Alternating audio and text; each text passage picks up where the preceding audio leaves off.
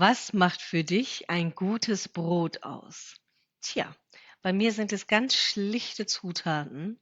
Erst einmal natürlich das Mehl. Das kommt schon mal hier in die Schüssel hinein, ein bisschen Salz und hier auf meinem Kanal dreht es sich um natürliches Backen. Das heißt, die Hefe bzw. das Hefewasser habe ich selber hergestellt und dazu kommen ein paar Kräuter. Getrockneter Thymian, Rosmarin und Oregano. Übrigens, wenn du noch nicht weißt, wie du Hefe selber machst, du findest das Ganze am Schluss nochmal verlinkt in der Playlist. Von meinem Sauerteig, da nehme ich mir jetzt hier 65 Gramm, aber so zwischen 50 und 80 Gramm. Ist völlig in Ordnung. Den restlichen Sauerteig habe ich dann erstmal aufgefrischt. Und schon kann ich hier meine Teigpeitsche in meine KitchenAid hier montieren und lasse das Ganze hier schon mal ein bisschen durch. Natürlich fehlt hier noch Flüssigkeit. Die kommt jetzt noch mit hinzu. Und zwar mache ich das einfach so ein bisschen schluckweise. Dieses Grundrezept, was ihr hier unten in der Beschreibung findet, was aber auch noch mal zum Schluss kommt, dann pausiert das Video einfach und dann könnt ihr euch einen Screenshot machen. Ihr findet das jetzt aber auch ganz neu auf meiner neuen Webseite fermentzauber.com. Da findet ihr zukünftig auch noch mal alle Rezepte und ich verlinke euch dann auch noch mal alles.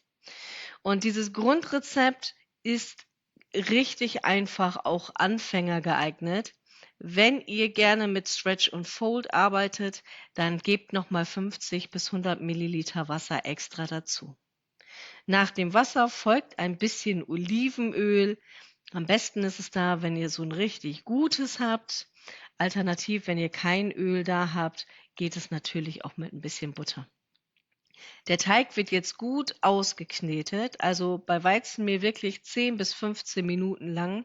Habt ihr ein helles Dinkelmehl, dann reichen 5 bis 8 Minuten.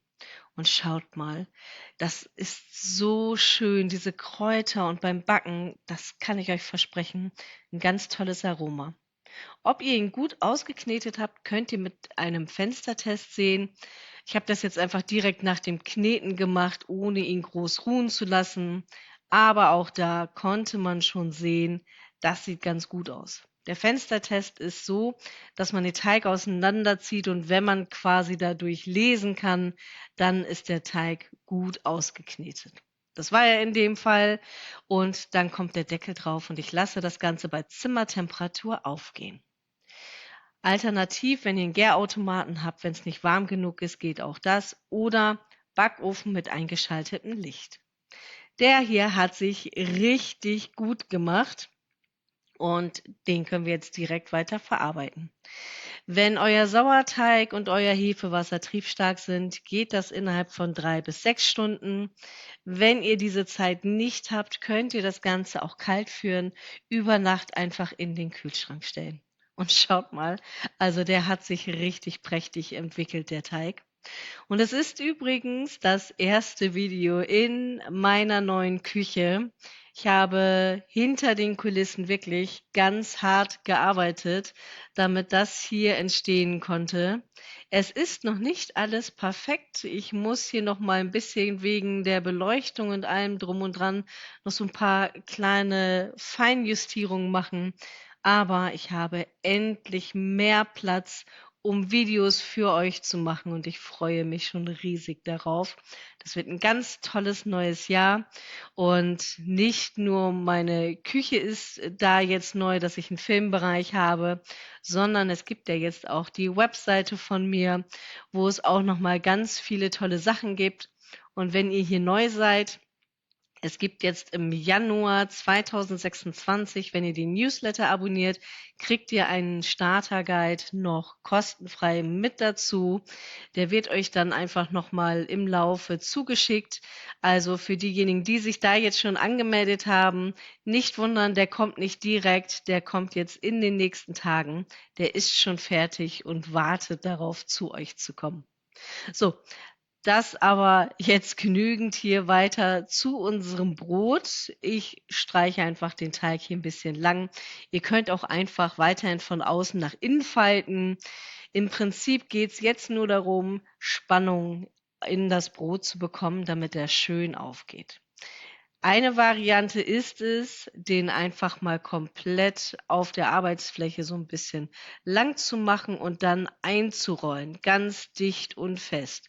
Von der einen Seite, dann von der anderen Seite und ihr seht schon, das ist ganz schön schwierig, den da jetzt noch so zu formen. Also, da ist ordentlich Spannung drauf und das ist das, was wir wollen. Und dann formt ihn einfach zu entweder einer runden Kugel oder ein bisschen länglicher.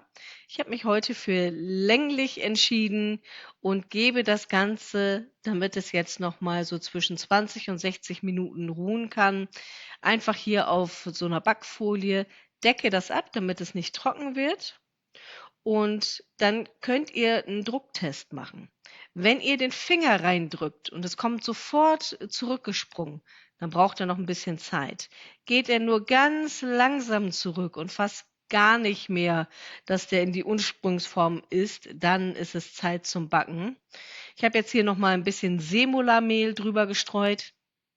Na ja gut, ein bisschen mehr, aber das darf ruhig sein, denn ich werde heute mein Brot nicht nur freigeschoben backen, das heißt, das Brot wird ohne Form gebacken, einfach auf dem Backblech, sondern ich backe es auf dem Backstahl.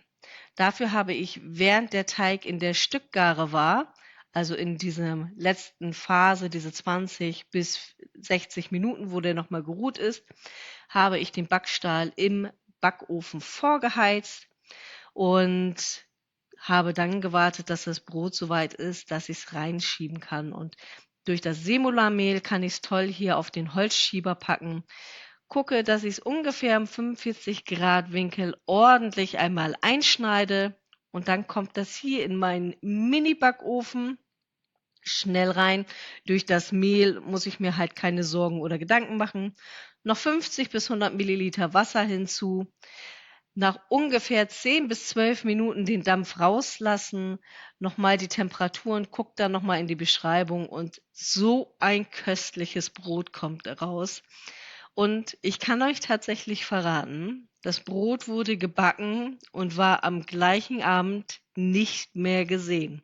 Es ist wirklich unheimlich köstlich und ich finde es so schön, nach der Weihnachtszeit, wo man wirklich viel zu essen hatte und es wirklich sehr üppig war, den Januar ein bisschen gemächlicher und mit einfachen Zutaten, aber mit ganz viel Geschmack zu starten.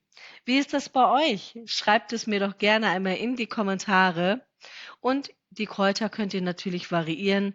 Von daher, wenn ihr da was anderes benutzt, schreibt es mir gerne einmal hinein. Wenn ihr Wünsche oder Anregungen habt, freue ich mich darauf. Und ihr könnt jetzt dieses leckere Brot genauso genießen. Und in diesen Videos sehen wir uns wieder. Ich freue mich schon sehr auf dich und sende dir viele liebe Grüße. Deine Emma.